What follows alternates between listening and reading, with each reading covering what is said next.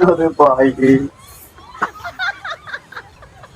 জেনে জেনে গাত দিলে তার বাদে শুরু করো আল্লাহর নাম দিয়া কিছু মূল বক্তব্য।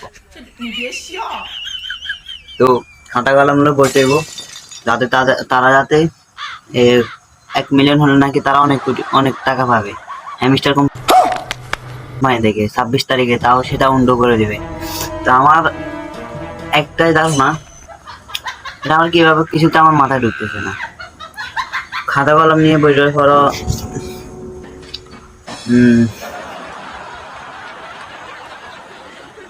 তবু হিসাবটা মিলাইতে পারছি না। আসলে বাংলাদেশ ব্যাংকে এত কোটি টাকা কিভাবে রাখে হ্যামস্টার কোম্পানি? কেউ বলতেছে iPhone 16 নিবে 15 রে অ্যাক্সেস করে, কেউ বলতেছে R15 নিবে না, BMW কার নিবে। তো ভাই তোর কাছে একটাই রিকোয়েস্ট, ভাই তোরা আমার কিছু সাহায্য করিস, আমি খাইতে পাইনি। দেখ এই গেঞ্জিটা এই জার্সিটা বানিয়েছি ভাই আরো 3 বছর আগে, এখন পর্যন্ত একটা জার্সিও বানাইতে পারিনি। তাও সেই সময় সেই কালে 300 টাকা নাকি 400 টাকা খরচ হয়েছে শুধু এই জার্সিটা বানাইতে, এখন পর্যন্ত কিছু বানাইতে পারিনি ভাই।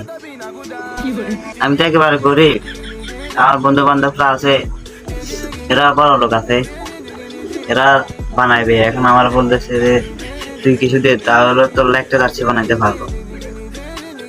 এখন আমি ভাবতেছি আমার তো টাকা নেই, তো ওই টাকা রাখার জায়গায় নেই, তো আমার অ্যাকাউন্টে কিছু টাকা মারি দিও।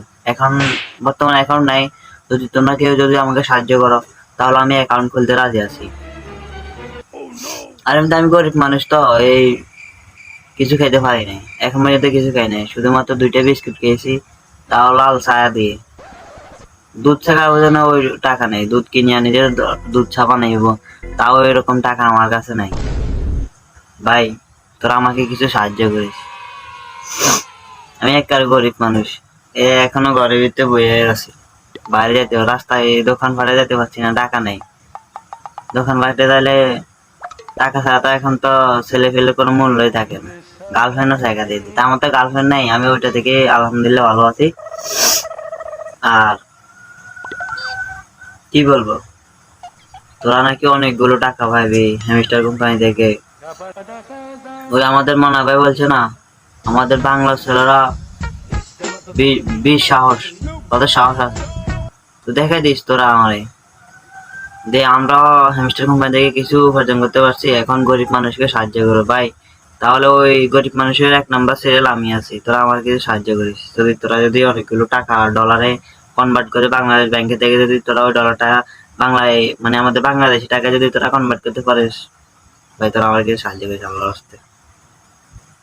তোর কাছে ভাই আমি রিকোয়েস্ট, আমি খেতে খরচ সব আমার দেবো, তাহলে তাদের কাজ রোদে পড়ে আমাদের জন্য রেমিটেন্স পাঠানো লাগতো না। আমরা বাংলাদেশি ভাইয়েরা বাংলাদেশ থেকে আমরা ডলার ইনকাম করতে পারতাম। ভাই তোদের কাছে আমার একটাই রিকোয়েস্ট, তোরা আমাকে কিছু সাহায্য করবি ভাই, আমি গরিব মানুষ, আমি খেতে পারি না, কোনোরকম বাড়ি ঘরে থাকি, খাই, ক্ষেত খামারও কাজ করি। এখন কিভাবে কাজ করবো, বন্যায় সব ডুবে গেছে, না রাখতে পারছি জ্বালা, না কাটতে পারছি ধান, না কাটতে পারছি কারো কাজ, সব কিছু বন্যায় ডুবে গেছে।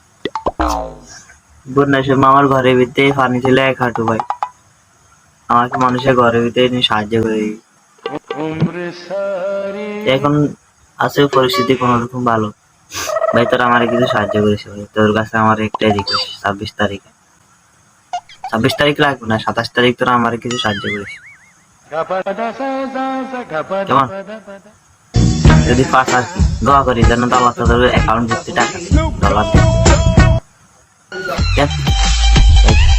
আল্লাহ হাফিজ, টাটা।